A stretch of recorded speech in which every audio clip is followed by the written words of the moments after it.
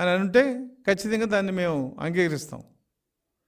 నీ మీద ఎఫ్ఐఆర్ పెట్టడం ఇది ఒక షాకింగ్ న్యూస్ వైసీపీ అందరికి కూడా. సజ్జల రామకృష్ణ మీద ఎఫ్ఐఆర్ రిజిస్టర్ అయింది అంటే చాలామంది మాకు తెలిసిన వైసీపీ నాయకులు కూడా ఉన్నారు, ఇదేంటి నిజమైన సజ్జల రామకృష్ణ మీద ఎఫ్ఐఆర్ పెట్టారంట కదా మీరని.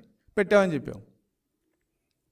అటువంటిది నీకు కూడా ఏదైనా చేతనవుతే నీ దగ్గర ఏదైనా ఎవిడెన్స్ ఉంటే ఈ మీటింగ్లో తెలుగుదేశం పార్టీ చీఫ్ ఎలక్షన్ మీటింగ్లో చంద్రబాబు నాయుడు గారు ఇలా మోడల్ కోడ్ ఆఫ్ కాండక్ట్కి వ్యతిరేకంగా మాట్లాడారని చెప్పి నువ్వు కూడా కంప్లైంట్ ఇచ్చుకో, మాకే అభ్యంతరంలే. కానీ ఇటువంటి యథవరాతలు ఇటువంటి దుష్ప్రచారాలు చేయడం అనేది మంచిది కాదు. ఖచ్చితంగా దీనికి తగిన మూల్యం చెల్లించే రోజులు ముందున్నాయి. ఇది ఎక్కడ అయిపోలా. మేమేదో 4వ తారీఖుతో గెలిచామన్న సందర్భంలో మేమేదో ఒళ్ళు మైమర్చి మేము ఉండం. మీరు చేసిన ప్రతి పాపానికి ఒక లెక్క ఉంది, ఆ లెక్కలు చెల్లించి మేము ముందుకు పరిపాలన సాగిస్తాం తప్ప మేమేదో గెలిచామని చెప్పి ఆనందంలో మీరు చేసిన పాపాలను అయితే మర్చిపోం. ఇటువంటి చాలా ఉన్నాయి. చంద్రబాబు నాయుడు గారి నుంచి వ్యక్తిగతంగా రాసింది, తెలుగుదేశం పార్టీ శ్రేణుల మీద నువ్వు రాసిన దుష్ప్రచారం, ఇవన్నీ ఉన్నాయి. ఇవన్నీ కూడా భవిష్యత్తులో ఖచ్చితంగా తెలుగుదేశం పార్టీ మూల్యం చెల్లిస్తుందని తెలియజేస్తూ, మరి మా మిత్రులు పార్టీ న్యాయవాది గూడపాటి లక్ష్మీనారాయణ గారిని కూడా ఆ రోజున సజ్జల రామకృష్ణారెడ్డి గారి మీద ఎఫ్ఐఆర్ బుక్ చేసినప్పుడు జరిగిన ఆ అంకం ఎలా జరిగింది దాని మీద 2 నిమిషాలు మాట్లాడతారు.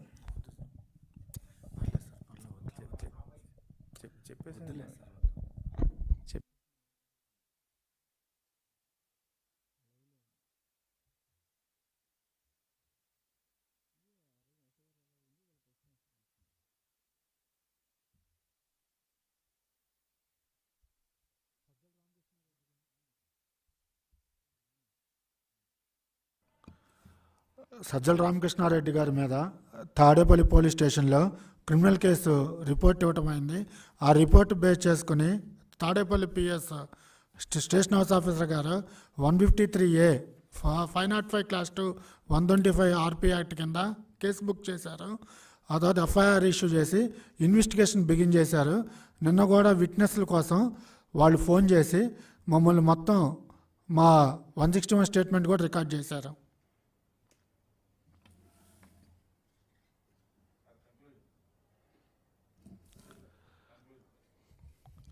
అంటే